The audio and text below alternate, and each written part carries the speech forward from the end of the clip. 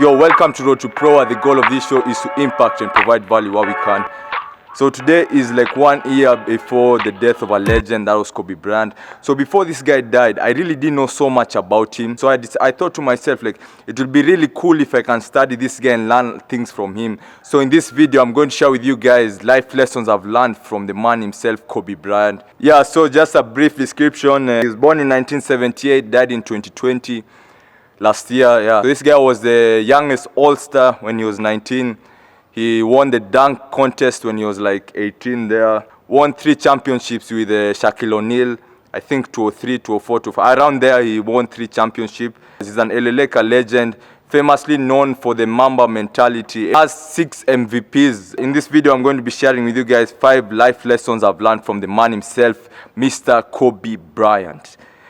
So the first lesson I learned from this guy is that all relationships are the same.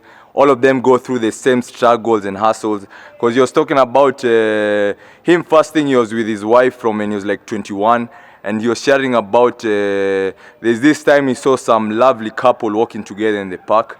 So these guys, when they're walking together, he decided to approach them because he really liked their vibe and how they were interacting with each other. He asked them some questions. Because they have been together, those guys I think were together like, they were like 80, they are 70. They've been together for all that time. He thought that they'd be probably like a perfect couple. But the guys shared the same struggles everyone struggles with in relationships. Why he was saying that even the old guy was saying that last night he was just kicked out of the bed to sleep on the sofa next to him. So he actually shared that all these relationships go through the same things, man. And yeah, that's one lesson because I think many people are looking for perfection, and perfection is not a thing, man. Yo, so the second thing is that you gotta have mental toughness, man. This guy literally, I'm sure everyone knows. So this guy had an Achilles injury when he was playing a game. I don't know what game, I just watched it recently. But he was playing a game, then he got this Achilles injury, yeah. But literally, this guy didn't come out of the field. First thing, he even went for the free throws, the down. I don't know if they call it free throws or whatever. But he actually did the dunk thing and then walked out of it like a big man. But mostly when guys have Achilles injuries, man, people normally, like, they can't even walk. Because I hear about it, like, it's a crazy thing. He did it. He walked like a big man, went for surgery, stayed out of the game for a while. And he shared also, when after he got that injury, this guy cried. He cried because he didn't know if he'd actually have the strength to actually do it. But later on he said that he'll do it. He'll just start from the step 1, like that, running, jogging, physiotherapy, all those things. But literally this guy, I think, is judging from how he looks like with other athletes, he's the most mentally tough guy that there is. With his knee injuries, his mental toughness is crazy. That inspires us, guys. Yo, there's this advice he always gave out in his interviews or speeches. He said he always thought of things by step, because you're saying many of us have like this big vision of things, yeah. But when we think of it, when we look at it, we'll be like, God damn, how the fuck do I even reach there? But you're saying like, the best thing to do is actually look at it as step-by-step process, just one foot after the other. Not like, just don't focus on the whole thing. Yeah, know that that's where you want to reach, but don't focus on the whole thing because you might give up. Because sometimes, man, you know our brain, man. And I think I've been guilty of that, man. There are times where I've seen like, bro, I want to be this, but you're like, that would take a lot, man. Am I ready? So I draw inspiration from him, and you're saying step by step, like one foot after the other. Let's go.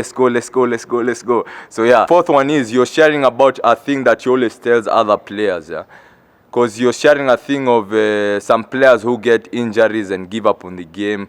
Some who get, like, they're just things that happen in the game that actually, like, some even who get divorced and then they come out of the game. He was telling a guy that he always told the guys that the storm would pass. Like, you just stay focused on the thing and the storm would pass. The fifth and final point, before I dab Kidogo, the fifth and final point is that you should trust that everything will be okay. Yeah? Because this guy in 2004, I think he was charged by rape accusations, man.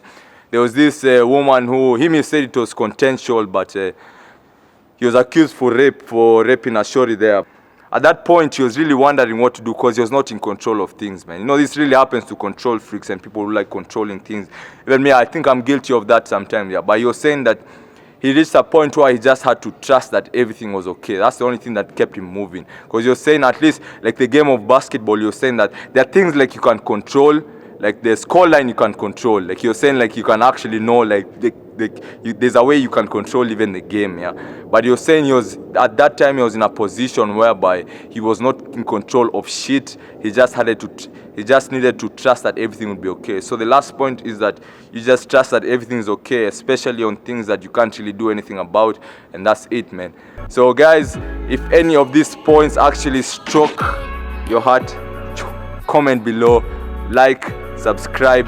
And I'm not just saying this as just the normal norm. I think I'm bored of saying this. Just leave a like, thumbs up, chap that subscribe button, man.